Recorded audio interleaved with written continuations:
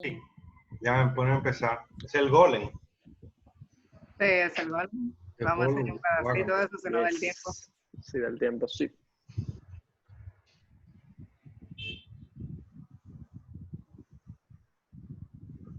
Dale, mis hijos.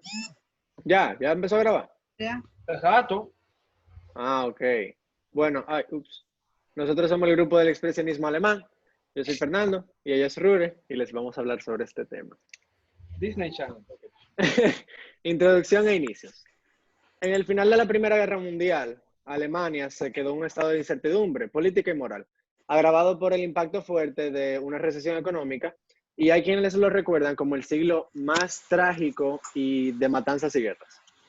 En este contexto de negatividad surge el expresionismo, que aparece como una primera manifestación o como la primera reacción que testimonia el extrañamiento del mundo y la crisis que estaba atravesando el positivismo. El expresionismo viene a ser una deformación de la realidad y como un espejo de lo que estaba pasando en ese momento. El expresionismo no solo dominó las artes plásticas, la música, la literatura, pero también estuvo presente en muchas de las producciones cinematográficas en Alemania en esta época. Ok. Entonces, de esta manera tenemos temáticas oscuras y sórdidas, con temas como la sociedad, la soledad, la miseria, la muerte, el sexo, una forma de básicamente representar la amargura existencialista que estaban pasando las personas de esos años, con una visión más trágica del ser humano que pensaba que el individuo iba a la deriva en la sociedad moderna, industrializada, donde se veía alienado y aislado.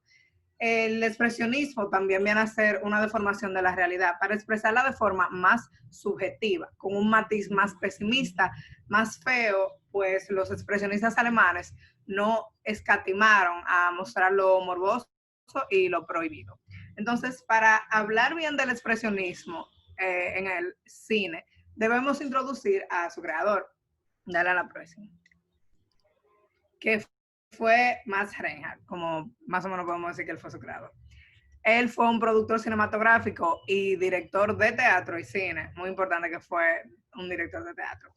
Él era opuesto al naturalismo y produjo y dirigió muchas obras teatrales y películas con un tipo de decorado especial, que eran como que espectaculares y rechazaban el escenario realista, buscando formas de representación visual y musical nuevas. O sea, él mezclaba las artes para crear un escenario más extremo y los actores hacían una actuación que huía del naturalismo. La cualidad común de este drama expresionista era el antirrealismo. Las obras de Max Reinhardt, en su mayoría, eran de protesta social o política y a menudo de la libertad contra la autoridad. Eran marcadas por un ambiente de pesadillas y colores vivos en el escenario y la iluminación. Sus filmes fueron muy innovadores en cuanto a la música, a los escenarios, etc. Y él fue una influencia muy grande para discípulos como Murnau, Paul Leni, Ernst Lubitsch, Dieterle y Otto Preminger. Entonces, en esta foto que vemos ahí, esa foto que vemos ahí se puede decir que es uno de los precursores del cine expresionista, que es del film El gabinete del doctor Caligari, que es sobre una serie de asesinatos que son cometidos por un sonámbulo. En este escenario, la forma de las flechas, el escenario como que el decorado, el maquillaje y el vestuario eran cosas que enfatizaban el aire misterioso y cosas que fueron inspiradas en el teatro de Max Reinhardt. Eso fue lo que dio onda a un tipo de cine llamado teatro de cámara, que mezclaba elementos del teatro, pero lo hacía para la cámara, para el cine. Ok, el cine expresionista. Como ya dijo Rure, su creador siendo Max Reinhardt, el cine expresionismo alemán es el nombre que se le da al grupo de producciones que fueron creadas en ese espacio del tiempo. Este estilo se hace su correspondencia con la corriente expresionista, llamada así por el contraste que tiene la corriente impresionista del siglo XIX en la pintura, es decir, con aquel tipo de pintura que prima la expresión subjetiva. El cine expresionista pasó por muchas etapas y cada una de estas etapas tiene como un autor, un director o un productor.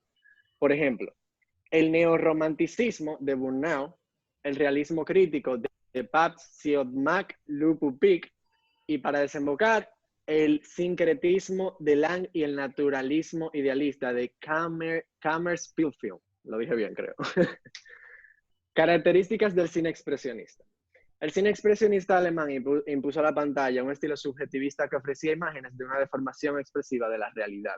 Es decir, el cine expresionista era como un poco oscuro, era como una realidad transformada en el espejo que vivía las personas en la época. Y mostraban, por ejemplo, el diseño de producción era un poco inquietante, era un poco como oscuro, el maquillaje, las formas, lo que se usaba en el set era un poco transformado, trastornado, pero nunca se iba muy lejos de la realidad. El cine expresionista se caracterizó por su recurrencia en símbolos de las formas, deliberadamente distorsionadas, como dije anteriormente, con el apoyo de distintos elementos plásticos. La estética expresionista tomó géneros como la fantasía y el terror. Podemos ver en muchas de las portadas que le vamos a enseñar más adelante, que son portadas que dan un poco como de incertidumbre, que te dan un chin de miedo, y en verdad eso es lo chulo de este tema. Ok, en cuanto a los personajes principales, voy a mencionar un poco sobre Murnau, que fue uno de los discípulos de Reinhardt. Él fundó su propia productora en 1919 y él expresaba su subjetividad con el máximo respeto por las formas reales del mundo. Él creó una obra, esta que no sé decir el nombre en alemán, pero era una película que contaba el mito de un vampiro. Entonces, lo que él hizo especial es que en vez de él usar escenarios para grabar sus películas, él usaba entornos naturales. Entonces, al él mezclarlo con lo ultranatural, hacía la historia fantástica más creíble para el que la estaba viendo. Entonces, sí, él le introdujo muchos elementos reales en su historia fantástica y innovó en esa parte. Esas son algunas fotos de la obra. Uno puede ver como que un fondo más, incluso con la iluminación tétrica de la época, se puede ver como con un fondo más natural, aunque el personaje principal es totalmente antinatural. Okay. Fritz Lang. Junto a Murnau, este es uno de los grandes directores de la época. Su película más antigua se conserva, se llama Die Spinnen, de 1919, que narra la lucha, que alcanza este director alcanza el éxito por Der Mude Tod, o en español, La muerte casada o Las tres luces, que narra la lucha entre el amor y la muerte. Metrópolis del 1927 será su obra definitiva. En ella él va a jugar con espacios, volúmenes claroscuros. En Metrópolis Lang consigue imágenes que pasarán a la historia del cine y que, bueno, nunca serán olvidadas por los cineastas. ¿Qué más? En 1933, Lang va a realizar un testamento de Dr. Mabuse, que fue una película prohibida en Alemania, y lo expulsan. Él se escapa a Estados Unidos, sigue haciendo sus cosas y sus proyectos y fallece en el 1976. Esta es la portada de Der Mude Tod. Y esta es la portada de Metrópolis. Podemos ver como los símbolos en los dos, esas figuras como medio terroríficas, son muy presentes. Ahora voy a seguir con Georg Wilhelm Pabst. Este fue el último realizador del expresionismo alemán. Después de debutar como actor teatral, él fundó su propia productora cinematográfica y en 1923 realizó su primera película. Se llamaba Der Schat. Se dio a conocer hasta 2 años más tarde con la película que se llama Bajo la máscara del placer, que es un drama de miseria ubicado en un momento histórico y real. Pabst fue el primer cineasta que incorpora el psicoanálisis en una de sus películas. Lo ayudaron algunos de sus discípulos y realizó un estudio sobre la impotencia en 1926. Pabst encarriló el cine alemán por el segundo realismo social, la trilogía femenina, siguieron películas más comprometidas social y políticamente. Estas todas fueron prohibidas, como las de Lang, y él huyó a Francia, siguió haciendo su trabajo, regresó al país, filmó en la década de los 50 y luego falleció en Viena en 1967. Esa es la portada de Bajo la máscara del placer. Y Ok. estos son algunos estilos de Menjulao. Ajá, eso fue como que una mención honorífica del hombre que ríe, que Namnoon nos mencionó que quizás el Joker estuvo inspirado en este tipo. Y fue un filme de Paul Leni de 1928, quien también fue un discípulo de Reinhardt, pero él era de Dinamarca. Ok, en cuanto a los finales del expresionismo alemán, hubo un movimiento llamado la nueva objetividad, que era un movimiento artístico, también surgido en Alemania, que rechazaba el expresionismo. Sin embargo, lo que detuvo todos estos movimientos fue cuando cayó la República de Weimar y los nazis tomaron poder. Eso básicamente terminó todo del arte, todo del arte libre, y se introdujo lo que fue la propaganda nazi en el cine, en la pintura, en todo. Así que básicamente ahí murieron todos los movimientos. Okay. Hicimos aquí como que un tipo de, Esquema ajá, para comparar características. y tipo de forma de grabación también de estos tres géneros. Uh-huh. Léelo tú, Fernando, para yo después explicar el pedacito de Golem con el arte. Ok, está bien. Bueno, pusimos que el cine clásico, sus características son que tienen sobre todo moral, lo bello es bueno, es formal. En términos de grabación, tiene variamientos de movimiento de cámara, abanico variado de angulaciones de la cámara y escala de planos. En el cine realista podemos ver que es aristotélico y naturalista, atractivo emocional y son inteligibles y sin ambigüedades. Todo lo que aparece está planificado y tiene un sentido. El expresionismo alemán, como ya dijimos, predomina el terror y un poco dark, es expresión de lo feo. En términos de cámara, su técnica implementa ángulos extravagantes y decorados lejanos a la realidad para que se asemejen a una pesadilla. Vimos eso en algunos de los planos que enseñó Rure. A ellos les gustaba mucho usar una viñeta negra, como para hacerlo todo un poco más oscuro y bueno, y visión trágica. Vamos a ver ahora. Mándame el link de la cosa. Sí, yo te lo mandé ya por WhatsApp. Déjame abrirlo. Vamos a ver si usted nos deja presentar un pedacito del Golem. Para que tengamos, yo quiero presentar esto para demostrar que aunque el cine expresionista alemán parece que no va con lo clásico, realmente sí es clásico. Porque el Golem, por ejemplo, es sobre un mito judío, hebreo, que era de una persona de barro. Se creaba una persona de barro, yo lo estoy diciendo de la manera más simple posible para que tengan contexto, que si se le creaba como que un tipo de nombre con las palabras de las escrituras, de los nombres de Dios, se le podía dar poderes y él podía trabajar incansablemente y hacer cosas increíbles. Dale play.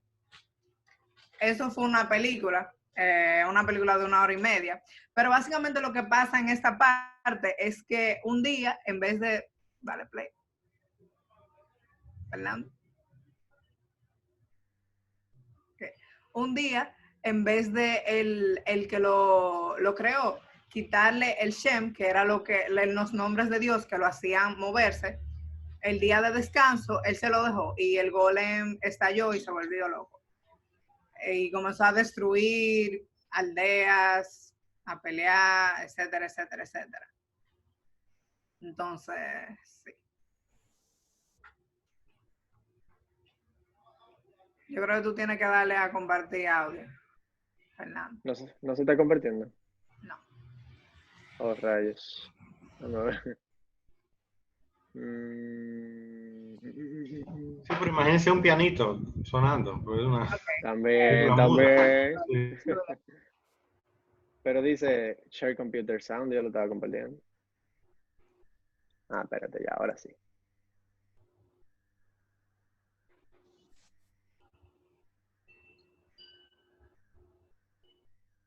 ¿Se escucha? Olvídate de eso. Es un Vale. pianito.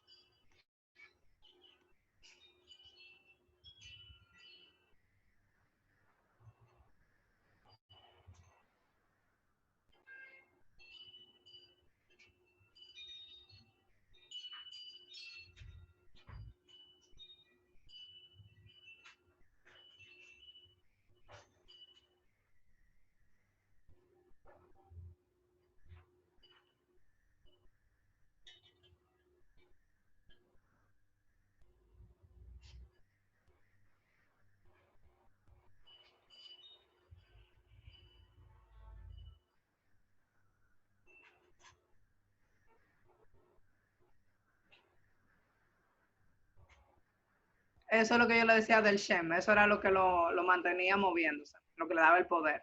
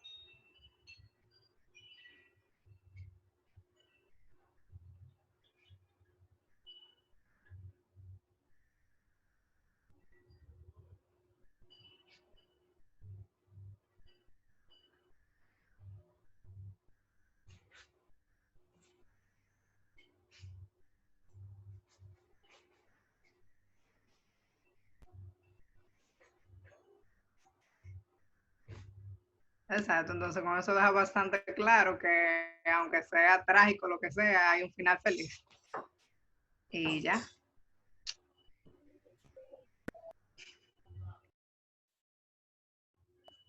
Un aplauso. Está muteado, pero. Aplauso silencioso.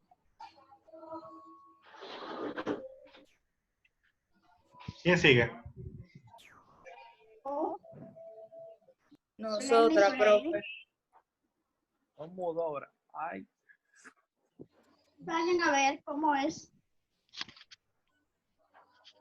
Yo creo que somos María Elena y yo. No somos las quintas. El cine nada. El cine nazi. Nosotros somos Es el que sigue, ¿no? Porque ahí te acaba con los nazis y sigue el nazi. Sí. Ok. Ok, entonces nosotras. Ok. Pero no es por el orden del número romano. Según el orden Exacto. de cosas romanas. ¿no? Por el orden de los números romanos íbamos nosotras. Cuida Pero tiene que fue el azúcar, fue claro. Sí, es Y el verdad. horno para galletica. La melliza que va. Lo manda por el chat. Zulén y Zulén. Ya son gemelas, no mellizas. no hay problema de lo que le dé María. No, pero sí son, sí vayan. No es porque los nazis y los fascistas son iguales, son asesinos los dos. Diache, profe. ¿Verdad? Pero es verdad. Es verdad, es verdad. Sí, claro. Los nazis mataron más porque eran más eficientes, pero no porque tenían menos ganas. Más eficiente.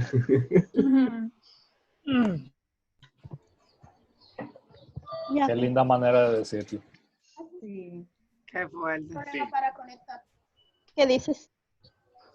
Cuidado. Para poner la cámara.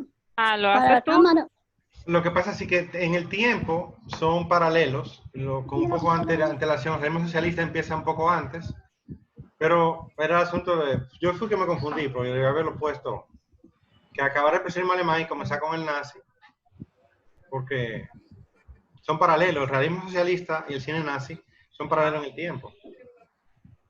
Pero yo fui que me confundí ahora que reviso el grupo.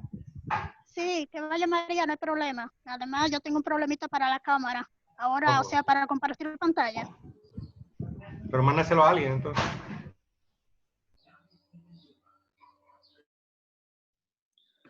Buenas tardes, nosotros somos el grupo 2 y está conformado por María y yo, Luna. Y yo le voy a hablar sobre el cine nazi o del Tercer Reich. Pásala por María, gracias. El cine nazi, o del Tercer Reich, comienza en 1933 y acaba con la caída de Hitler en 1945. Cuando Hitler asume el poder, él toma el cine como una herramienta para expandir su propaganda nacionalista, mejor conocida como el nazismo.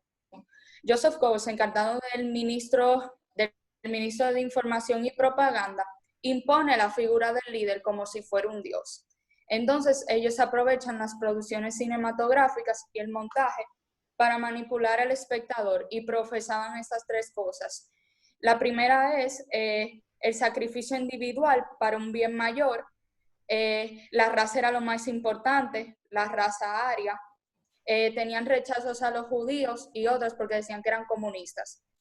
También, y la tercera era, correspondía a la cúspide del sueño hitleriano. Entonces, ahora yo les voy a hablar de las características del cine clásico que tiene. Pasa, por favor, María. Gracias.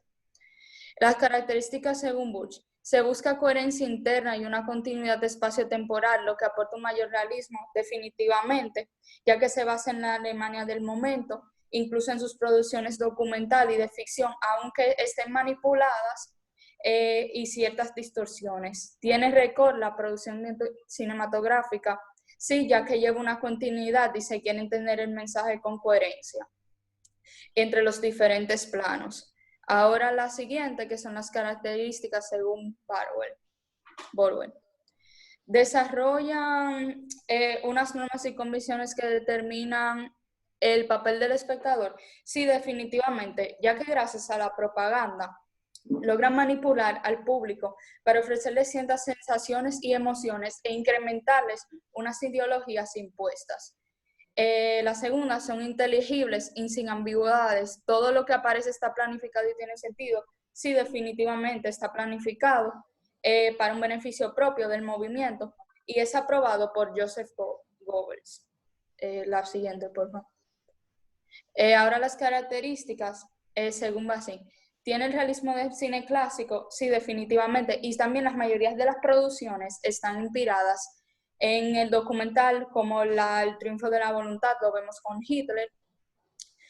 Y también otras producciones como Hans Westmark, que está esperado en Mártires Nazis. Todo está basado en lo que está pasando en la Alemania nazi del momento. Y tiene una motivación compositiva, ya que demanda contar una historia.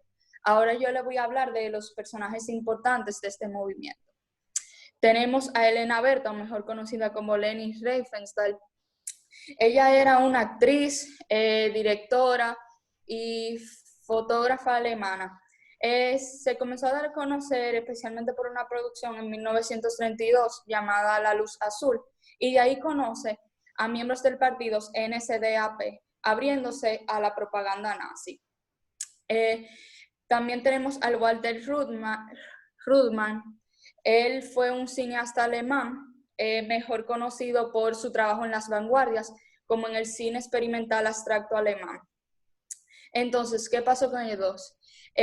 Bajo la dirección de Leni, ella fue la directora del Triunfo de la Voluntad, y Walter Ruttmann fue el co-guionista junto con ella de esa película. ¿Qué pasa con esa? Fue muy controversial, pero muy innovadora, ya que promovía el surgimiento otra vez de Alemania como una potencia gracias a Hitler, que lo veía como un mesías.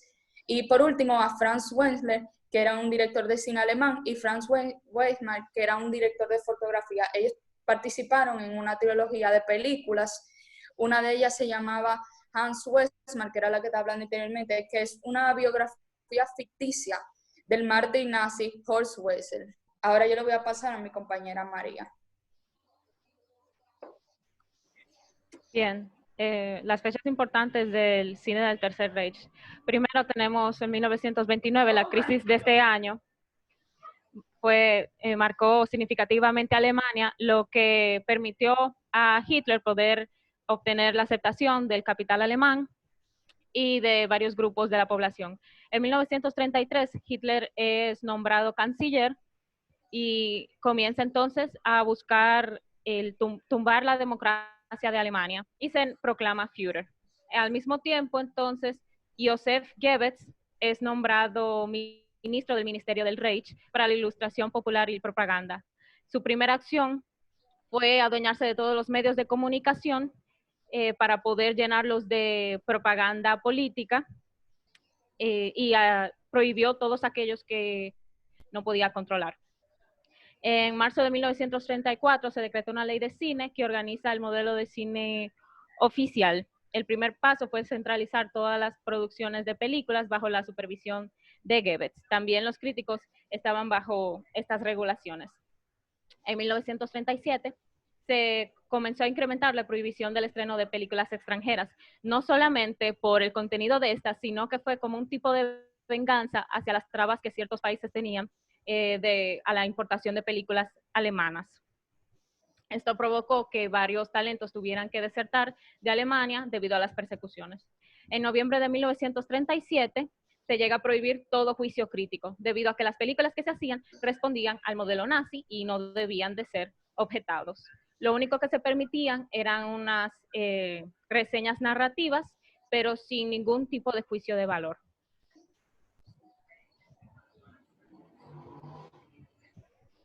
Bien, los precursores. El cine alemán, por orden de Goebbels, se dejó influir por la teoría del montaje del director, especialmente por la utilizada en el acorazado Potemkin de 1925.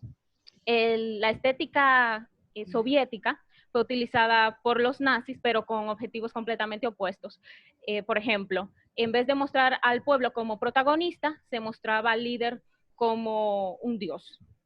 Goebbels recomendaba a los cineastas ver el acorazado Potemkin debido a que él decía que debían de ver cómo el montaje podía ser usado para poder, como herramienta propagandística, herramienta de persuasión ideal y útil para alterar la realidad en una ficción, aún fuese en un documental.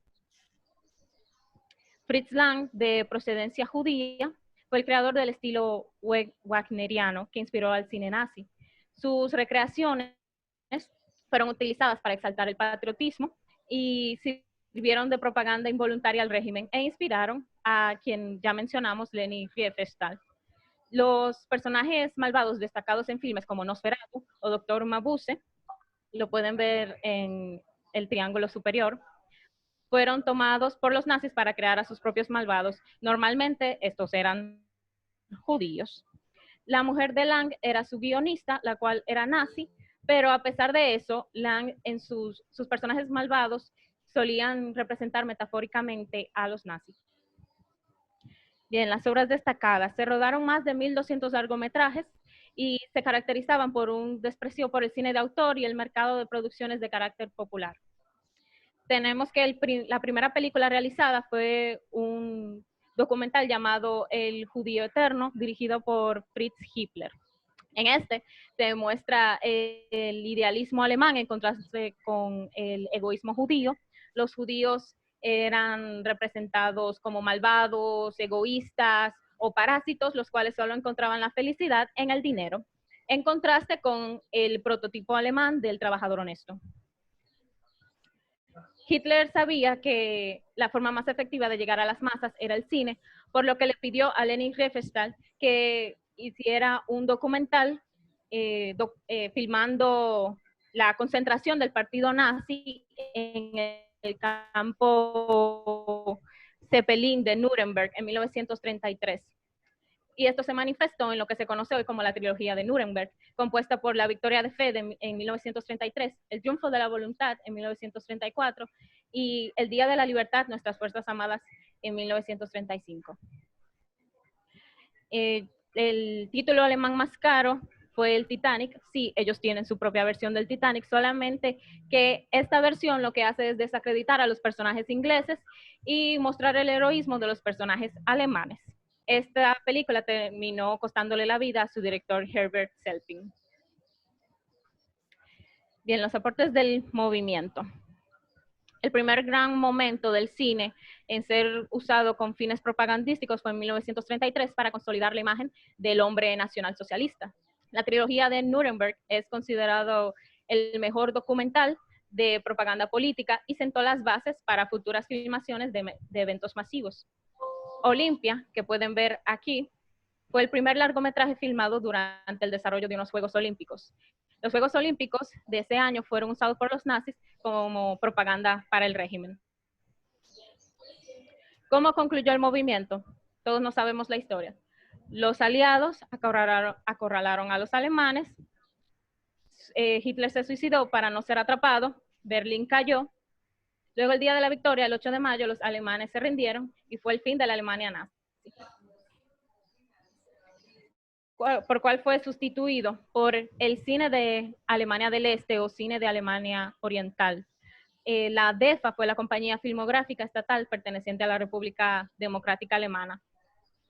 La administración militar soviética en Alemania dijo que su objetivo era restaurar la democracia en Alemania y remover todos los trazos de ideologías fascistas de todas las mentes alemanas. Una lucha para reeducar al pueblo alemán y promover un sentido de respeto por todos los pueblos y todas las otras naciones. Gracias.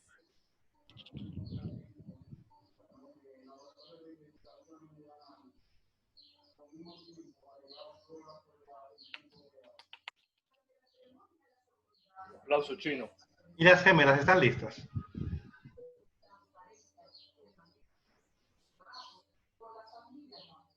Como vemos, en Alemania cae, con él cae su cine, no sus cineastas, que todos siguieron haciendo películas, pero luego en el estilo del realismo socialista. Y por eso era que me gustaba combinarlas así. Los soviéticos, que ocupan la mitad de Alemania, pues entonces tiene su cine que comienza con Potemkin, y entonces, ¿dónde están las hermanas? Malditos comunistas. Hola, Eric.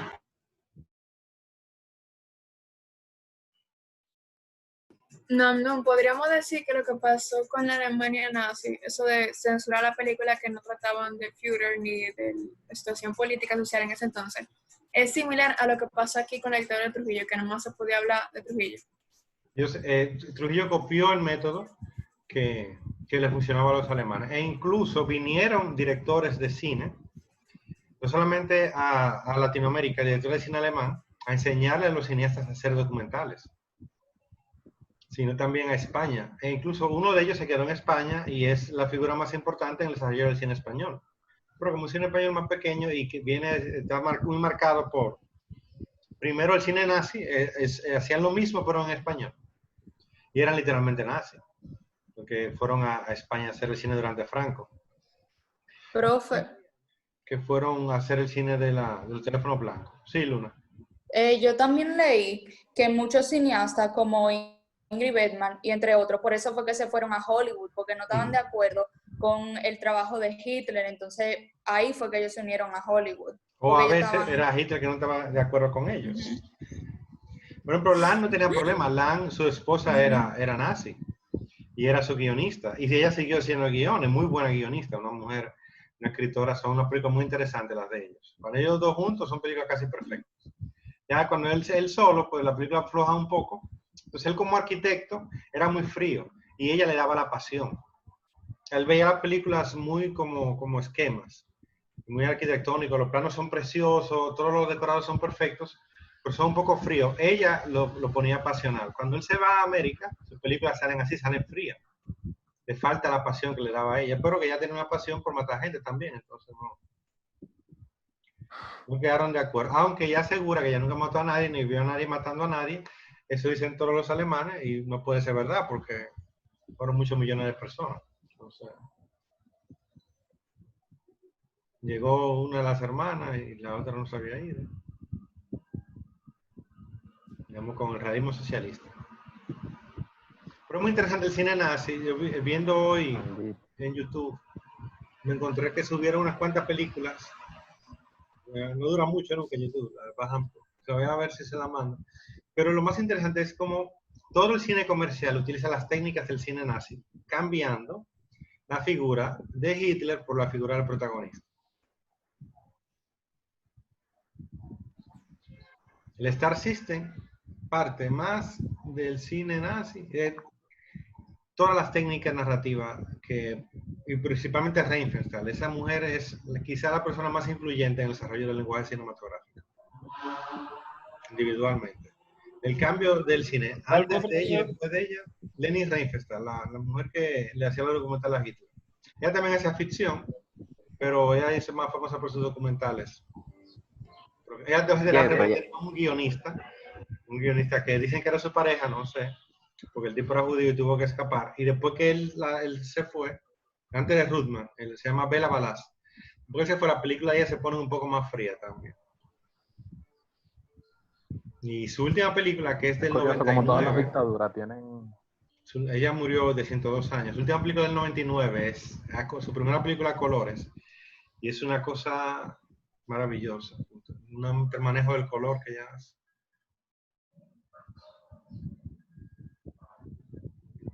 Fefita. Bueno, Fefita quizá en la edad, pero en el talento. Pues muy bien, el cine que ella hacía era malo en el mensaje que daba, de que Hitler era nuestro mejor amigo. Ese era el mensaje de todas sus películas. Pero son perfectas. Literalmente. Uno se sienta a verla y se queda. Bueno, en el aspecto formal, claro, decir que Hitler era su mejor amigo, pero termina siendo una ofensa. Ella se justifica muy bien, ella dice, a mí él nunca me trató mal, a mí él siempre me trató bien. La gente lo acusaba, decía que ella y Hitler eran amantes, porque siempre andaban juntos, por arriba y por abajo.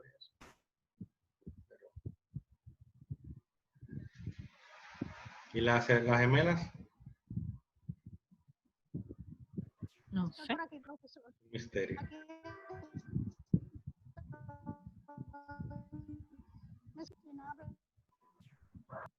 Hola, ¿me escuchan? Está muy cortado. Muy bajito. Aquí me escuchan, seguimos aquí. Sí, sí. ¿Me escuchan? Sí. Ok, Sí. pues resulta que mi hermana ahora tiene problemas con su micrófono. Vamos a ver, a presentar la pantalla, a ver.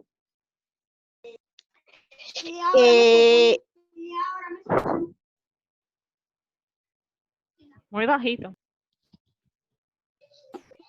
Si ustedes quieren, manden la presentación por el grupo para que uno la presente y no tengan que bregar mucho con eso. Mándale al grupo del WhatsApp. Ok, ahora yo lo hago. Ok, yo la voy a enviar. Está bien.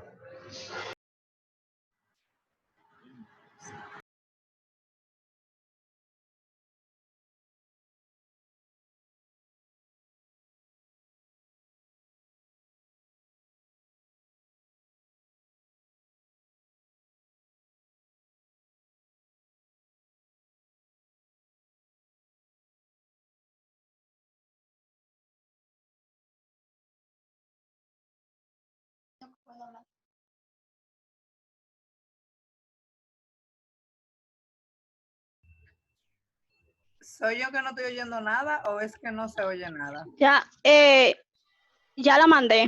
La pueden buscar, nadie por estaba favor. hablando errores. Cuando la pongan me avisan. ¿Ya la mandaste? Ajá. No la veo. ¿En cuál grupo? Se estará cargando, tal vez. Deja ver, a ver, unos segundos, a ver. Ok.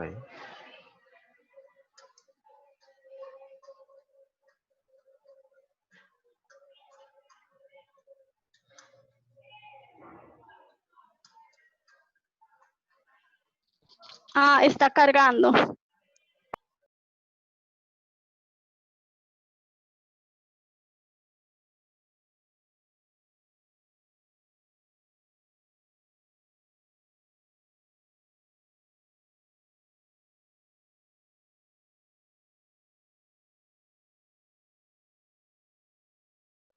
Ok, ahora sí.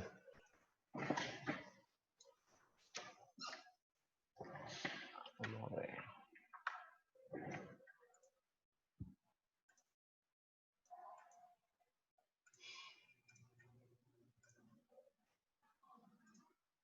Ahí la ven.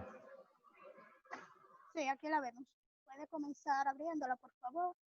Entonces, ya después de la tragedia satírica, como decía Rure, de nuestro show de Mi Hermana y Yo, ahora sí vamos a introducir el tema. A nosotras nos toca hablar de realismo socialista, y hay que destacar varias cosas sobre este.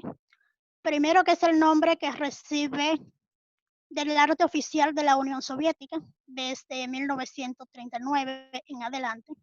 Esta etapa tiene varias cosas que destacar. Primero, que aquí se prohíbe el arte abstracto y los formalismos.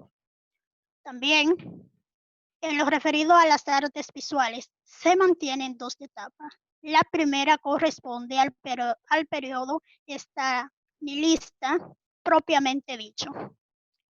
Es decir, en ese periodo, cuando sale el boom del realismo socialista, todas las artes empieza el Estado a apoderarse de ella, y no apoderarse, sino a reinventarla.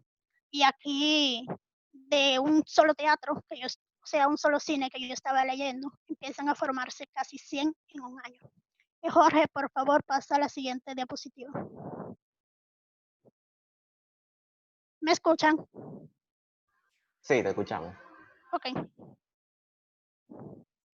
¿Puedes pasar a la otra diapositiva, por favor?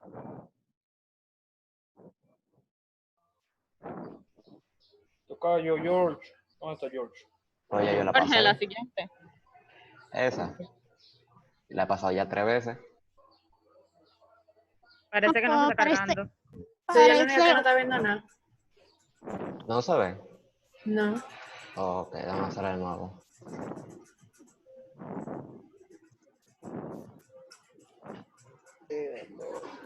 Ok. Esa es la primera. Ahí, Ajá. esa. Aquí hay que destacar dos cosas. Primero, que en los países en ese momento que se empiezan a hacer es en Polonia, Italia, en la misma Rusia. Aquí le ponen adjetivos distintos, pero todos tienen algo en común, y es que el empoderamiento de los obreros, la vía política del socialismo, se instaura aquí. Y se entiende la obra de arte como un exponente de la realidad soviética en su desarrollo revolucionario. Por tanto, se trata de un arte de exaltación política, institucionalizado y académico. Sin embargo, en esta fase se admiten cierta diversidad de estilos artísticos, como Andrés Dawat y otros representantes emblemáticos del realismo socialista. Aquí hay una influencia del post-impresionismo, del fauvismo y del cubismo. Por favor, Jorge, cuando pueda, pasa a la siguiente página. El realismo socialista en el séptimo arte dura unos 10 años en el cartel, especialmente en los países que abrazaron al comunismo tras la Segunda Guerra Mundial. La llegada de las nuevas olas fílmicas, como El hombre del mármol, de Andrés Dawat, hace una revolución en lo que se conocía como cine, no solamente en su tecnología, en lo que narra, sino también en la forma de conducir cine y también en las taquillas. El cine soviético comprende el arte del cine y películas creativas. También, en su sentido estricto, el realismo socialista es el nombre que suele dársele a la corriente vanguardística, integrada por artistas como Sergei Enders, Kulesbo, Pudovsky y Visiga Bertovi. Aquí, sí, profesor, gracias por el aporte. Aquí tengo que decir algo. Ahí el personaje estrella que me entré, Bertovi, tiene grandes aportaciones al cine, y lo vamos a ver un poco más adelante. Jorge, cuando puedas. Las principales características de las películas socialistas. Aquí vamos a destacar algo, y era lo que yo decía. El realismo socialista tiene sus raíces en el neoclasicismo y todas las tradiciones realistas de la literatura del siglo XIX. Como decía, aquí se describe la vida del simple pueblo común y corriente. Claro, que aporten a la revolución, porque si no aporta, no, por más corriente que sea, no va a aparecer. En lo que tiene que ver con el cine, la acción estaba vinculada a los espacios obreros, la fábrica, la mina, las terrazanas, que en esta palabra se refiere a lo que son espacios militares o civiles, pero donde se guardan cosas, entre otras. Jorge, puede pasar la página. En el cine, la época era contemporánea, justo antes de lo que empezaba a ser un plan quinquenal u otros. La división clara de los roles. Los buenos son el funcionario del Estado, la dirección de la fábrica, la policía y miembro de partido. Hay que destacar, hay que, hay que destacar que precisamente se empezó a expandir este cine por todos aquellos países, no solo de Europa, sino el cine empieza a importarse de una forma gigantesca porque crece mucho de la mano del Estado. Por esto aparece en cierta película que empezaron a remontarse en el Estado socialista, pero también gracias a la obra de representar a los obreros, llega un poco a México, a las personas, y eso hace que este cine se revolucione. Jorge, por favor, pasa a la siguiente página. Este cine también tiene que las historias tenían un narrador omnisciente. Las tramas se centraban exclusivamente en las clases de lucha y la maduración al socialismo. Los personajes estaban construidos de forma muy estereotipada y las historias forzadas. Es decir, cada vez que veían una película, iban a ver a la persona en las minas, a las personas en las industrias, a las personas apoyando la revolución. Ese cine era el que en ese momento se hacía. Jorge, puede pasar otra vez, por favor. Y ahora sí, le voy a hablar de uno de los, no los precursores, pero sí que le aportó demasiado lo que fue a este cine. Lizarra Bertovi. A principios de los años 20, Bertovi, junto con varios jóvenes cineastas, fundó un grupo llamado Kinoki o Cine Ojo, que elaboró una nueva concepción y concepción del cine documental. Bertovi y sus partidarios rechazaron los tradicionales elementos del cine, como el guión, la participación de actores profesionales, e intentaron captar la verdad con la cámara. El director prestó gran atención al arte del montaje, experimentando con diversas tecnologías de edición y cinematografía. Lo que este señor hizo, para que me entiendan, es que él puso a una persona común que solo que trabajaba con su cámara y de ahí surgió un documental y una película que marcó la diferencia no solamente en ese cine, sino que trajo una nueva forma de hacer cine y también lo que se conoce como el cine documental. Puedes pasar, Jorge, por favor. Su gusto por la experimentación a menudo llevó a demasiada complejidad del estilo narrativo. El hombre con la cámara y otros clásicos documentales.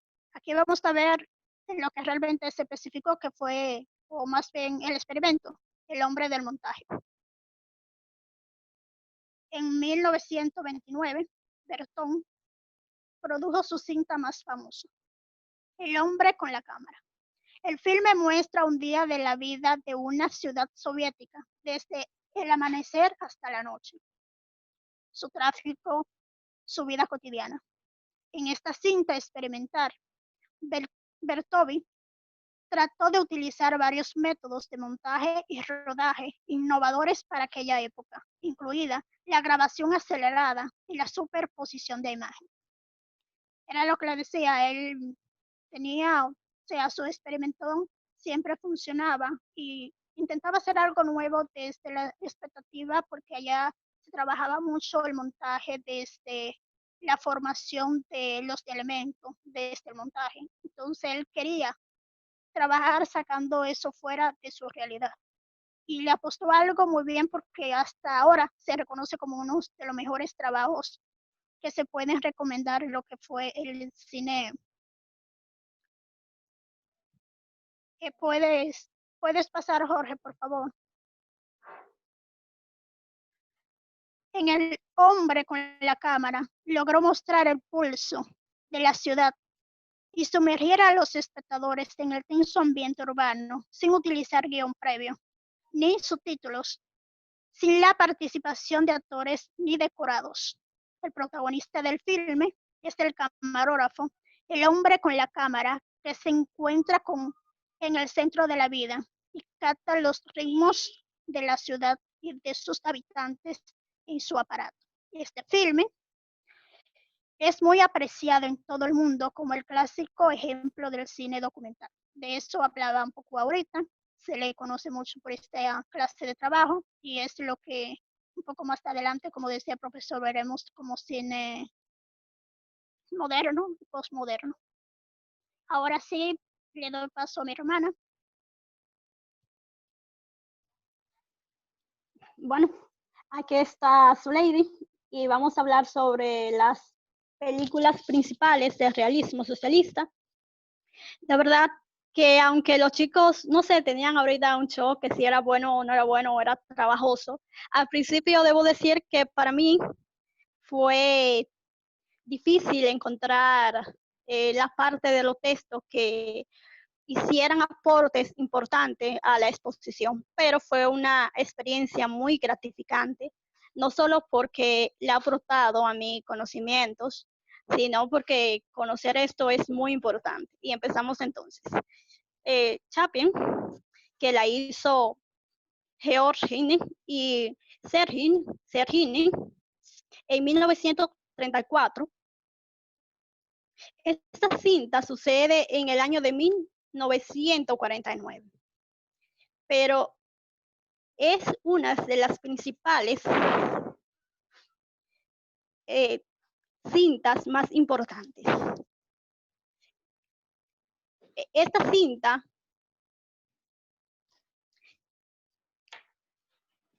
Esta cinta rompió récord de audiencia desde sus primeros días de presentación y aportó un fenómeno interesantísimo, que no solo se explotó en lo que fue el cine soviético socialista, sino que migró hacia otras latitudes, como Nosotros los pobres, de 1848. Jorge, ¿puede pasar, por favor?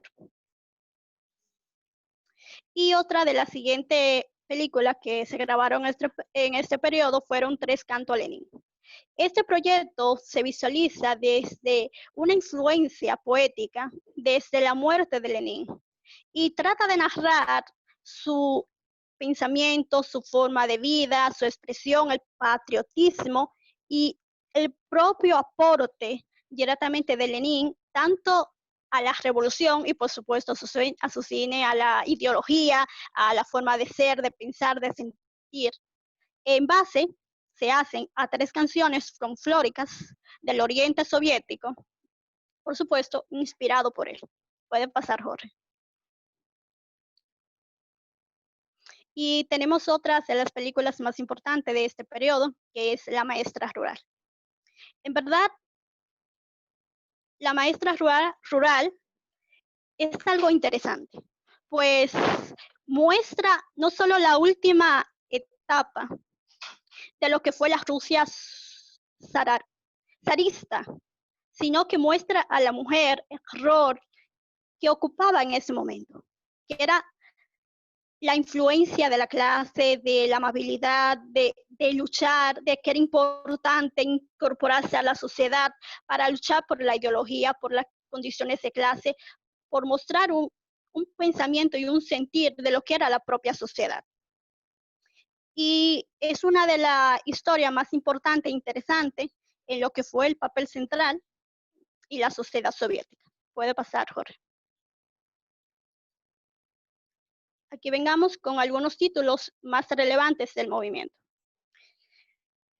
Son La Cromada, esto es La colectividad de Jerzy Kavelowski, nacido el 7 de enero de 1922 y fallecido en el 2007. Este señor es un famoso director de cine polaco. La influencia del cine polaco fue una de las más importantes en este movimiento, ya que aportó grandísimos aportes a este tipo de arte. Y fueron donde se desarrollaron las mayores películas y las mayores atracciones de este tipo de arte de realismo. También conocemos, y aquí está el filme de Adet Mut, Un hombre en la vía, una de las películas más importantes, interesantes, novedosas de la época, ya que anticipaba aires de renovación hacia la maduración de los clásicos estereotipos impuestos por el cine socialista. Ya se veían las formas narrativas mucho más maduradas, mucho mejorada, más trabajada. Era todo mucho más interesante. Puede pasar, Jorge. El realismo socialista es una cuenta artística como mi hermana que se expande para abrir espacio a la conciencia de clase, de conocimiento de problemas sociales, de vivencia de las personas.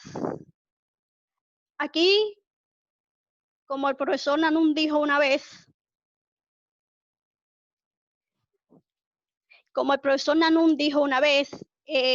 aquí se aporta mucho. Los soviéticos dan oportunidades a crear, abrir espacios, hacer producciones, sí, siempre y cuando sean aportes a la filosofía, a la idea de los obreros, a la idea del trabajo, de que ellos tienen el control y deben trabajar por aquello, a que deben hacer un mundo mejor. Es allí donde se trabaja aquel tipo de cine, la idea de los problemas populares, de cómo están en la masa. La historia de la Unión Soviética, particularmente durante el gobierno de Louis Stalin, en la República Popular China y en general en la mayoría de los países socialistas. La Unión Soviética exportó el realismo socialista a casi todos los demás países de estados socialistas o a ellos.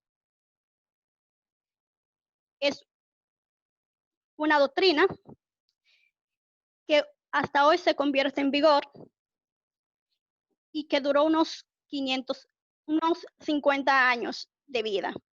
El único país actualmente que experimenta este tipo de cine es Corea del Norte. Aún mantiene esta corriente estética y hace películas con este tipo de estructura. Puede pasar, Jorge. Jorge, puede pasar. El realismo con un romanticismo revolucionario expresa la realidad, pero no la realidad. Se debía representar en un plano ideal y no necesariamente como era. Es decir, que los duros trabajos fueran buenos o malos, que tan fuertes o tan débiles que eran, no se podía representar que fuese malo, no, sino que era bueno, que al final tú ibas a tener la recompensa de que ibas a generar riquezas, iba a ser importante en la sociedad y que tú como obrero, como persona aliciente de un trabajo tal que iba a servirle a ese proyecto, ibas a cambiar el mundo, la realidad y tu propia vida y tu propia familia, e iba a ser importante. Eso era lo que determinaba este tipo de ideal y que al final tu familia, los tuyos, tu barrio, tu sociedad iba a ser feliz.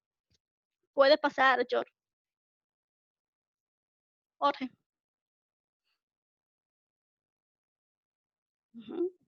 Y aquí si vamos con uno de los autores de este cine, yo creo que más importante, Giorgini Vasili y Sergei Vasili, generalmente conocidos como hermanos, pero ellos no eran hermanos, eran soviéticos, dos grandiosos directores de cine y guionistas.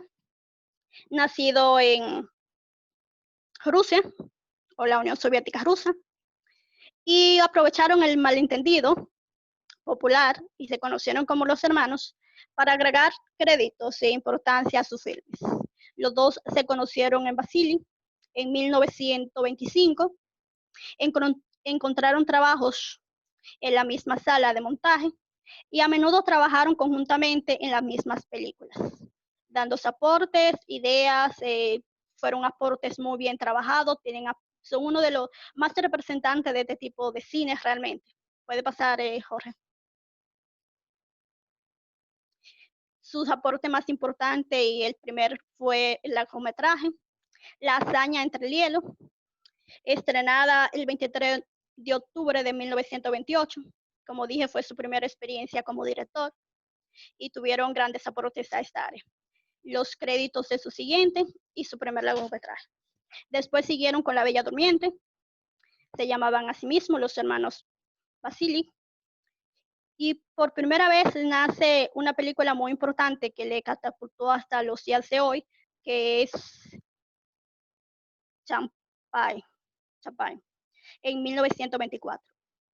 Cuando yo empecé la exposición, hablé sobre ella y, como dije, narraba la guerra civil rusa, pero fue sumamente importante porque rompió todos los parámetros, no solo vendió 30 millones de dólares o de pesos en aquella época, sino que cambió la estructura de hacer ese tipo de cine y mejoró muchísimo y los aportes fueron impresionantes.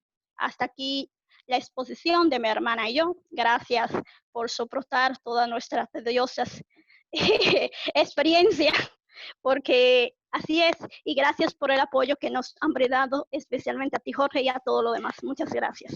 Y por supuesto al maestro, que es el que tiene nuestra paciencia más humilde realmente. Gracias, profe.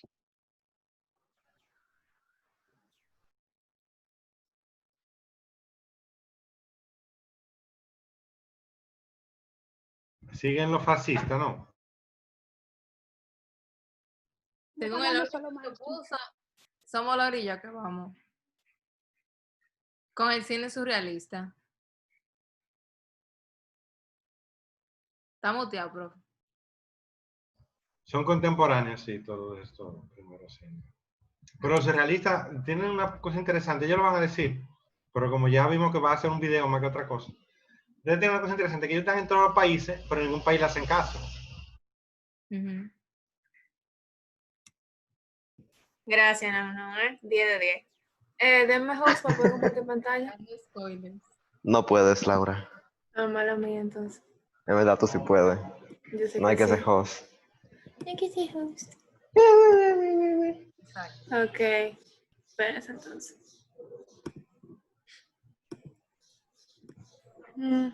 Mira, esa no es... ¿Qué? No, nada. Ah, tú no detectas ninguna, George. Bien. Déjalo ahí, George. El cine surrealista con Giovanni Rojas y Laura Gómez. Bien.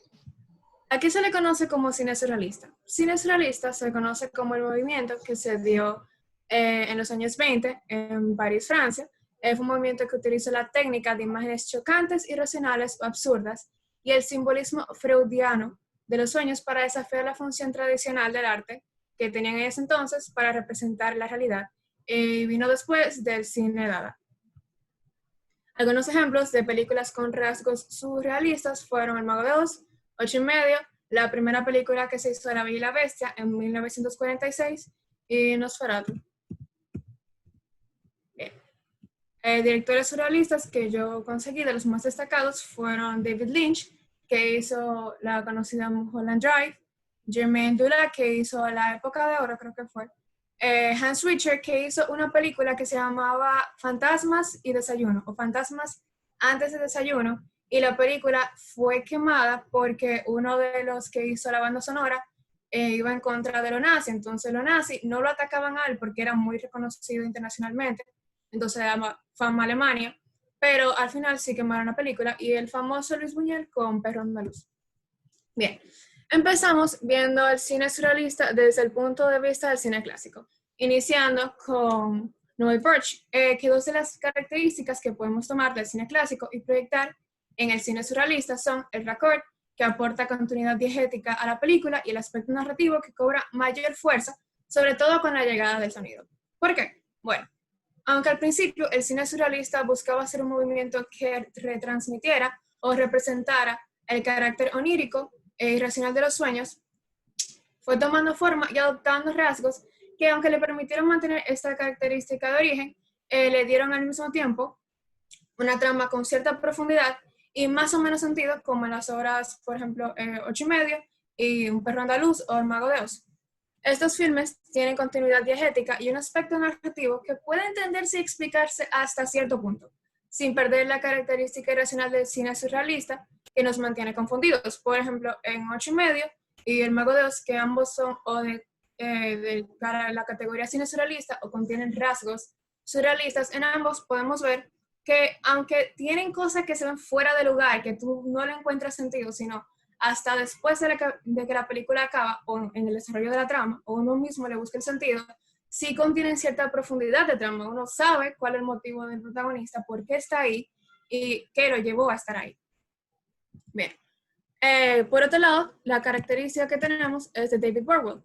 Él dice que una de las características que podemos vincular con el cine surrealista son el desarrollo de unas formas y convenciones que determinan el papel del espectador y el atractivo emocional.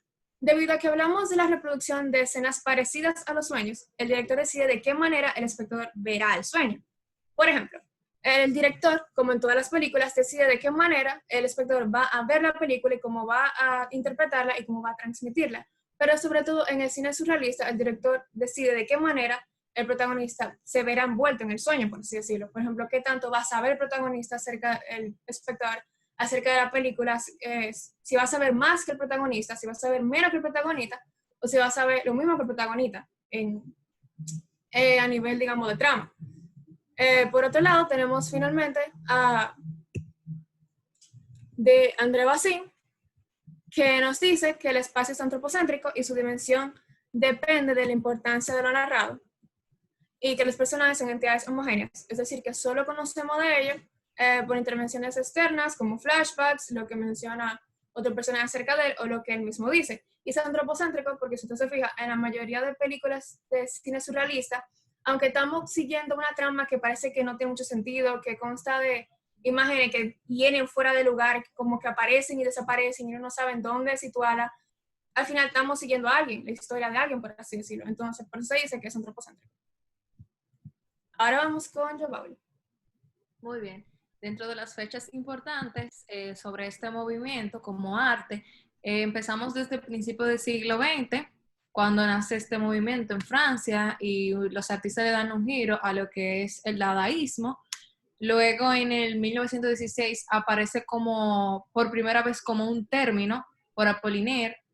En el 25 comienza a desarrollarse los precedentes del cine surrealista, estando en el más amplio movimiento del cine, de vanguardia y de carácter cubista y dadaísta. Y en el 1928, esta fecha le hacen referencia al inicio del cine surrealista, ya que sale el estreno de la película La Caracola y el Clérigo, de Germain Dulac, y por eso toman esta fecha tan importante como si fuera referencia al nacimiento de este cine. Dentro de sus precursores, tenemos a la que acabo de mencionar, que es Germaine Dulac, que fue una directora, teórica, periodista y crítica de cine francesa, nacida el 17 de noviembre del 82 en Francia. A Luis Buñuel, uno muy famoso, que fue un director de cine español, que tras su exilio de la Guerra Civil Española se fue para México. Nació el 22 de febrero del 1900 en España. Y tal vez no fue tanto un precursor, pero sí fue uno de los que le dio más fama a lo que es este movimiento, que fue Salvador Dalí, un pintor, escultor, grabador, escenógrafo, escritor español del siglo XX, nacido el 11 de mayo de 1904 en España. Dentro de las obras destacadas, yo hice un top 5, porque hay muchas, pero podemos ver El perro andaluz, que ese lo vimos incluso en esta clase, que es de Luis Buñuel y Salvador Dalí. También está Destino, que es una colaboración de Disney con Salvador Dalí, que es la que le vamos a poner al final de la exposición. Tenemos La Edad de Oro, de Luis Buñuel, como acabo de mencionar, La Caracola y el Clérigo, que fue el inicio de lo que es el cine surrealista, y también La Sangre del Poeta de Jean Cocteau. Los aportes del movimiento fueron lo que son las fantasías oníricas, que si no saben lo que es esto, es un adjetivo de referencia haciendo a los sueños, a las fantasías. También es para identificar a lo que es irreal. También podemos encontrar lo que es un humor desaprensivo y cruel. Esto significa que no tiene escrúpulos, que actúa sin miramientos hacia los demás. También hace una crítica a tradiciones y instituciones sociales como la religión, el matrimonio, la familia, entre otros. Aparece lo que es el erotismo lírico, también la deliberada confusión de tiempo y espacio, como mencionaba Laura, y en sí, el surrealismo incorporó lo que es lo irracional para escaparse de toda explicación lógica. Puede pasarlo, Laura. Realmente no existe con consenso cómo terminó lo que fue este movimiento, pero algunos historiadores de arte dicen que fue en la Segunda Guerra Mundial que terminó pero sin embargo otros dicen que la muerte de André Breton en 1966 fue que marcó el final del surrealismo. En el tiempo, este se ha transformado bastante, o sea, de una forma muy drástica, ya que si muchas películas le ponen un toque de surrealismo a sus películas para llamar la atención de su público. Porque el surrealismo cambió la forma en la que vemos la vida, porque utilizó la filosofía y el arte para dar una perspectiva nueva y una forma nueva de nosotros expresarnos. Hizo que nosotros tomáramos nuestros sueños un poquito más en serio y que las cosas extrañas no tienen nada de malo. También nos puso a ver cómo una forma diferente de pensar puede hacer un cambio tan drástico en lo que es la política y lo social. Un dato muy importante que yo encontré y lo quería compartir es que muchos críticos han debatido como si las películas surrealistas deberían convertirse o constituir un género distinto. Para hacer un género distinto se busca lo que es la capacidad de citar muchas obras que compartan rasgos temáticos, formales y estilísticos.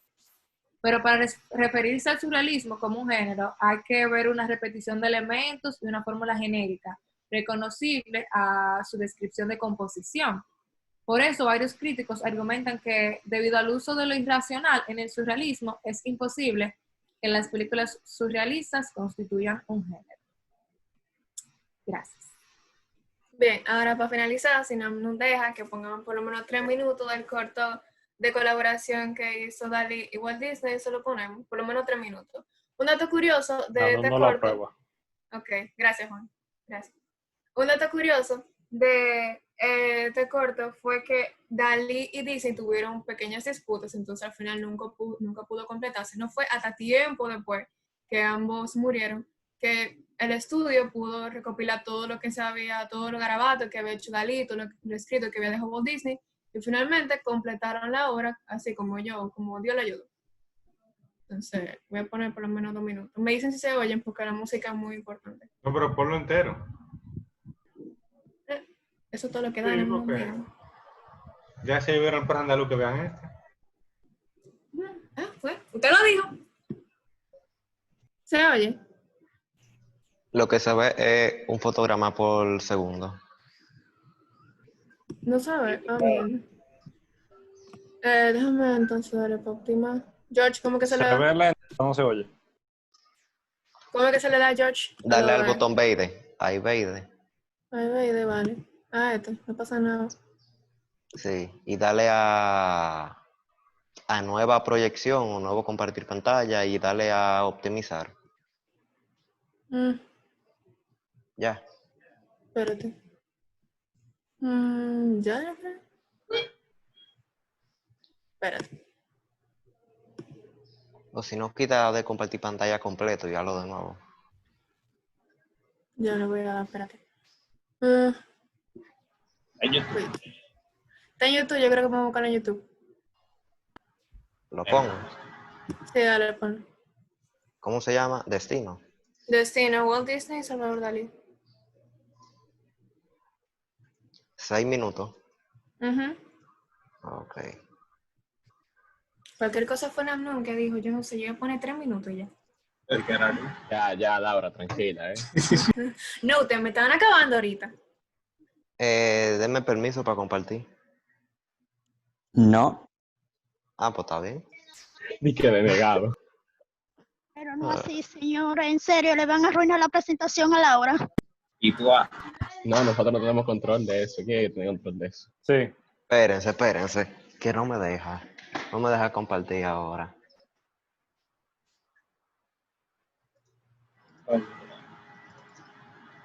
Espérense. Ahora sí. No, pero es que no me deja poner para que George se vea el tiene video bien. problema para compartir pantalla y presentar un video. ¿Qué será de nosotros? ¿Qué será de nosotros? Espérate. Dame yo salir y entrar Todos de nuevo de condenados a Zoom. muerte ya. Ande el DH. F en el chat. What?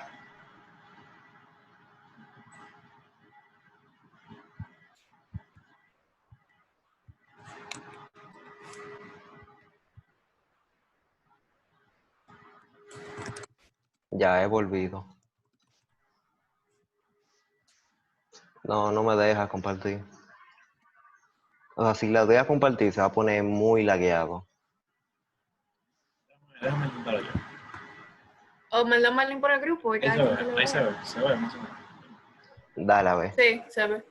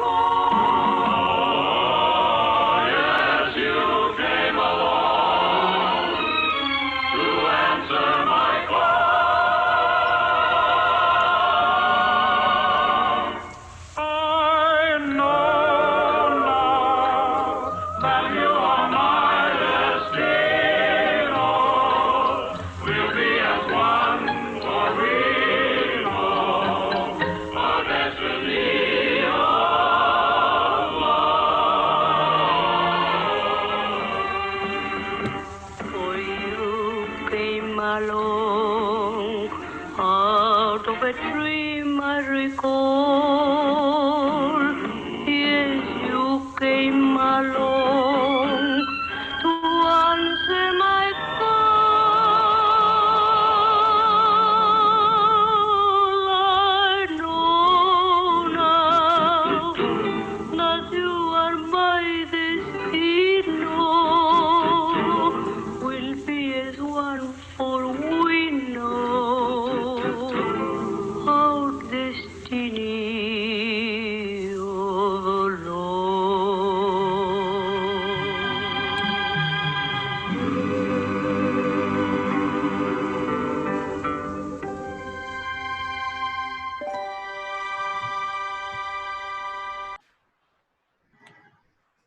Aplauso. ¡Ey! ¡Qué lindo, loco! No, ahora salió con los 5 Gracias. niveles. Exacto. Sí, sí. Sí, ajá, está Dale. bien. Está bien. Ujú. Estoy hablando con Nanón, Laura, estate quieto. No fue contigo, Laura.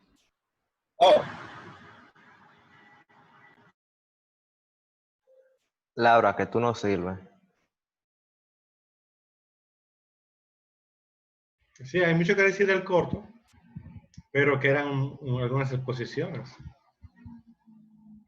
Ellos están ansiosos por ser escuchados. Mira que sí. hasta No, Tomás no están vino, que ya ansiosos, se ¿no? acabó la otra clase. Era temprano en la otra clase Tomás vino. Dale ahí rápidamente, profe. Sácalo. ¿Cuál grupo va? Nosotros, creo. Déjame ver. Sí, somos nosotros, somos nosotros. Ah, exacto. Tú la pones, Dani. Sí.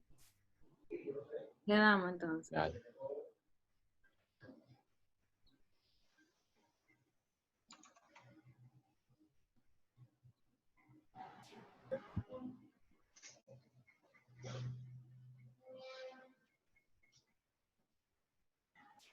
Buena suerte. Gracias.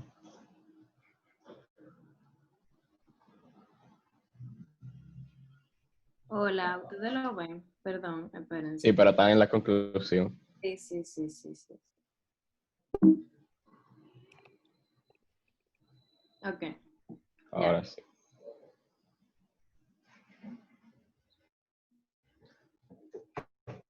Ajá. ¿Me siento yo? Sí, Dani. Está bien. Hola, nosotros somos Daniela Mella y yo, Arturo Cruz, y el día de hoy les presentaremos el cine de los teléfonos blancos. Un placer. Espero que lo disfruten. Exacto.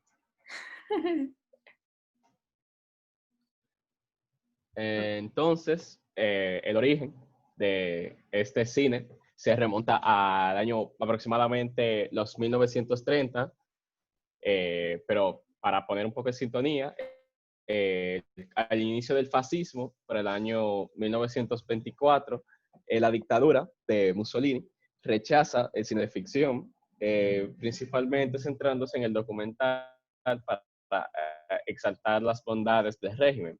Pero a mediados de los años 30, el Duce, que así le decían a Mussolini, me sorprendió saber que es un gran cinéfilo. Él entiende que se puede usar el cine de ficción para desviar la atención de los problemas sociales y embellecer la vida bajo el fascismo. Y de esta manera nace el cine de teléfonos blancos con decididas políticas estatales que fomentan la producción, distribución y explotación en salas. Este cine se caracteriza por ser básicamente moral, por ser un vehículo para los valores del régimen, un cine básicamente inofensivo, evasivo y de pura diversión. Por eso en la mayoría de sitios que investigamos le decían la comedia de los teléfonos blancos. Era utilizado como cortina de humo para representar una familia italiana ideal, rica y sin problemas que viven bajo el fascismo. Muestran un universo edulcorado con bonitos decorados y un grado de sofisticación que el común de habitantes solo podría soñar. Pero, obviamente, esto era para embellecer la dictadura. Sorprendentemente, trataba temas tabús como la delincuencia, la pobreza, las relaciones extraconyugales, el adulterio y los obreros principalmente. Sostiene la política sostiene la política de maternidad del régimen porque se necesitan familias numerosas para reclutar soldados. Normalmente sean comedias sofisticadas, muestran un universo sin problemas sociales ni económicos que servían de evasión y ensoñación a una Italia con muchos problemas. O sea, básicamente blanqueaba el fascismo y era un cine con poco interés artístico, sino más político. Obras importantes de este cine. Tenemos Paradiso, de Guido Brignon, creo que se dice así, que lo veremos más adelante. O La Borsa o la Vita, de Carlos Bragagle, que también lo veremos más adelante. 1860, de Alessandro Balasetti, del que también hablaremos. Y Escipión el Africano, la derrota de Hannibal, de Carmino Galón, que también los veremos más adelante.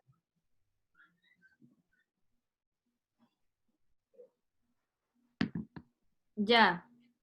Sí. Ok, entonces vamos con los personajes importantes. Ya Arturo más o menos les mencionó quiénes son. No hay mucho que abundar sobre ellos, yo no voy a extenderme mucho, pero primero tenemos a Guido Brignon, que fue un director. Él creció en una familia de artistas y básicamente él poco a poco se fue desarrollando, primero en el cine mudo. Eso a él le interesó mucho, le llamó la atención y por ahí él se fue desarrollando y sus filmes, o sea, su trabajo eran, como explicó Arturo, era muy de expresar los sentimientos de las personas, igual con Carlo Bragaglia, que también fue, yo creo que es así que se pronuncia, yo no sé. Él también fue igual, todos estos expositores, importantes, ellos lo que hicieron fue expresar un cine personal, vamos a decirlo así, pero era más para el público. Yo digo en esta época porque algunos se extendieron en otras épocas. Entonces ellos, como dice Arturo también, ellos se enfocaron mucho en los sentimientos de las personas y nosotros le tenemos más adelante un corto de 3 minutos que es de Guido Brignone, que ustedes se van a dar cuenta de la manera que ellos tenían de expresar los sentimientos de las personas de una manera así suave, cómica. Ellos no eran muy rudos como en las exposiciones anteriores. Ellos aquí estaban suavizando como el cine. Como fue un cine que fue muy manipulado por la dictadura fascista de Mussolini, el aporte más importante que encontramos fue los estudios de Cinecittà, que fueron los estudios creo que más grandes de Italia, el único para esa época, y hoy en día todavía se utiliza para grabar películas completas ahí, solo en ese estudio. Y todo era muy comercial, o sea, todo lo que se grababa ahí era súper comercial, bonito, finales felices, nada de lo que realmente era Mussolini, que ustedes, eso sería como una ironía. Entonces, en la conclusión del movimiento, básicamente, la comedia de los teléfonos blancos viene siendo el neorrealismo italiano, es lo que le da el inicio.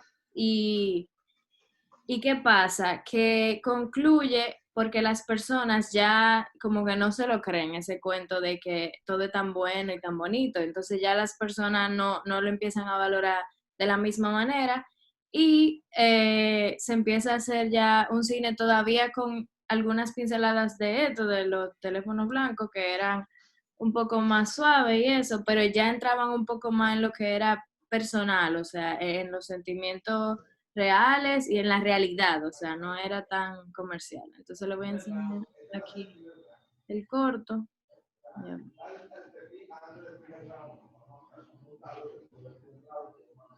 Cortito. Lo ven ahí, ¿verdad? Sí, vamos a ver si se ve bien. Positivo, dale.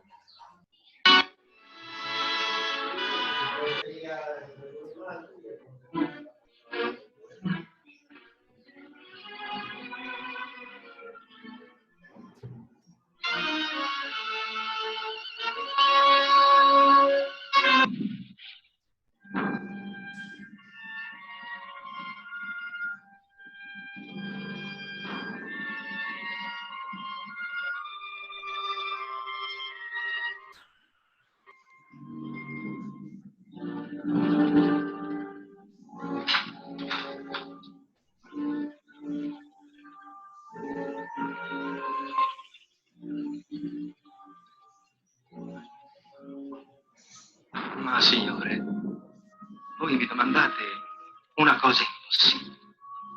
Siate, Dio vi ricompenserà più di quello che possa fare io. Se la morte vi avesse rapito la persona che più amate, non desiderereste vederla ancora una volta, prima che la terra ricopra per sempre le sue spoglie. Siate, nessuno saprà mai.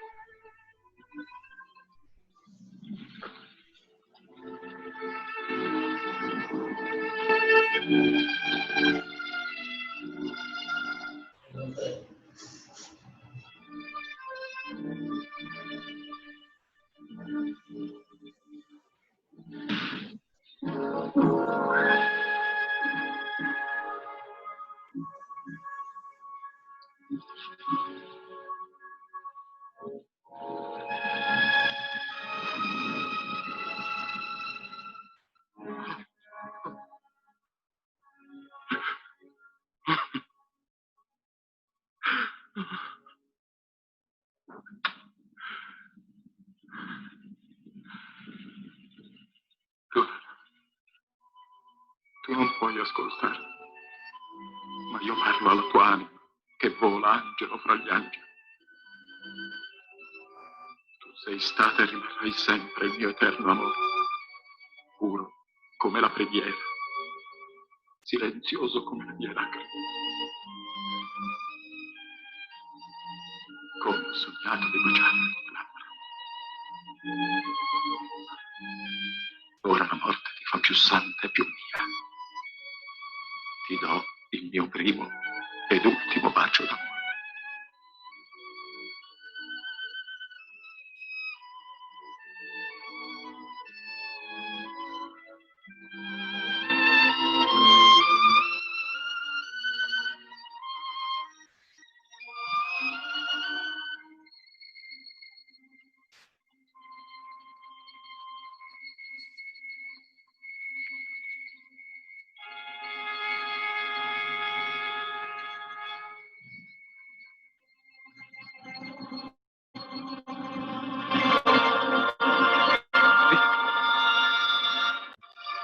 Vive! Vive! Clama! Clama!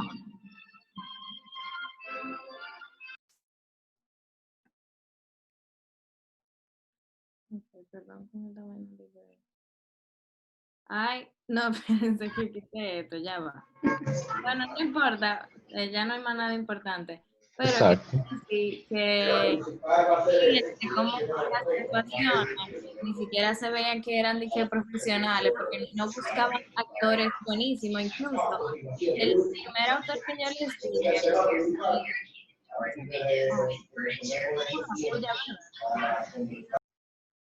ajá. Entonces, el primer autor que yo les dije, él era reconocido porque él era de que el padre de la improvisación en ese tiempo. Él buscaba muchas personas que improvisaran, o sea, personas sin experiencia. Y él dice que eso no era algo malo, sino que eso era lo que lo hacía como más real, supuestamente. Y en verdad, en parte tiene sentido, porque si ustedes lo ven, ellos lo que le quieren sacar los sentimientos, pero fíjense en la actuación del tipo que está llorando y que está como que no sé, como que no se ve una buena actuación, porque eso era lo que él quería. O sea, Mussolini lo que creó fue distracción a las personas de lo que realmente estaba pasando negativamente. Lo que quería era que la gente viera, ay, sí, qué chulo, revivió por un beso, wow, la lloradera. Y ya, gracias. Gracias. Aplausos.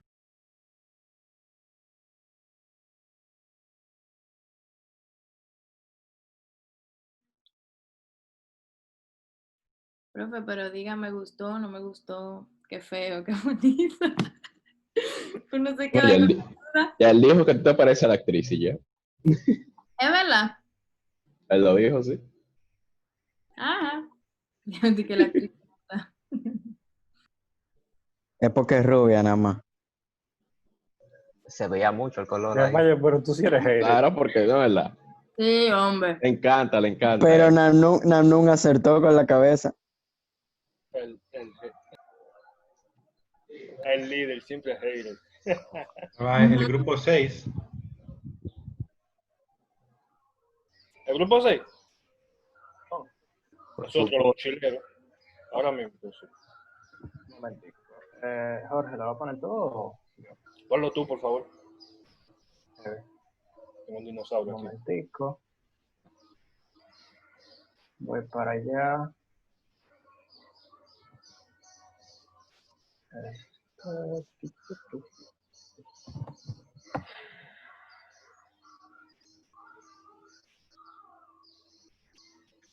Un momento.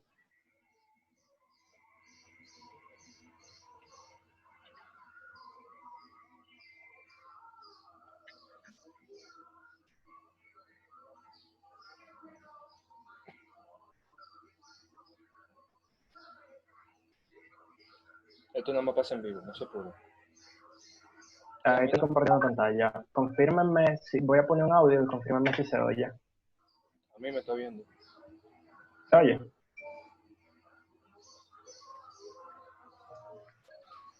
Oye. Yo Dale te... a la pantalla.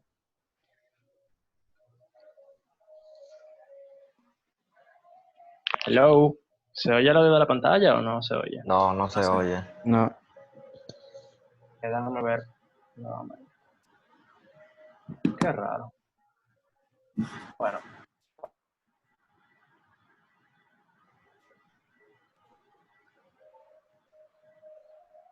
Hello. Un momentico.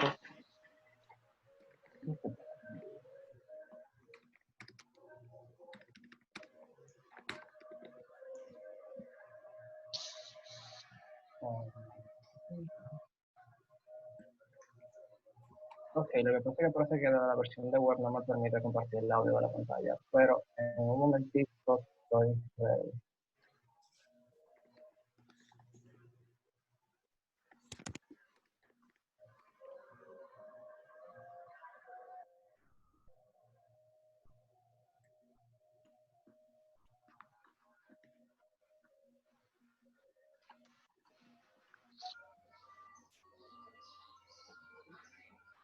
Bueno, lo que esto se descarga, el tema que nos toca a nosotros es el Star System de Hollywood. Un tema bastante, no sé, como importante y nos chocó. Fue como que súper chulo de tratar, pero súper, wow, esto está súper sádico realmente. Y nada, nosotros preparamos la exposición en formato de video y desde que esto quiera ayudarme y funcionar, yo la voy a poner y espero que la disfruten mucho. So, déjame ver. Okay.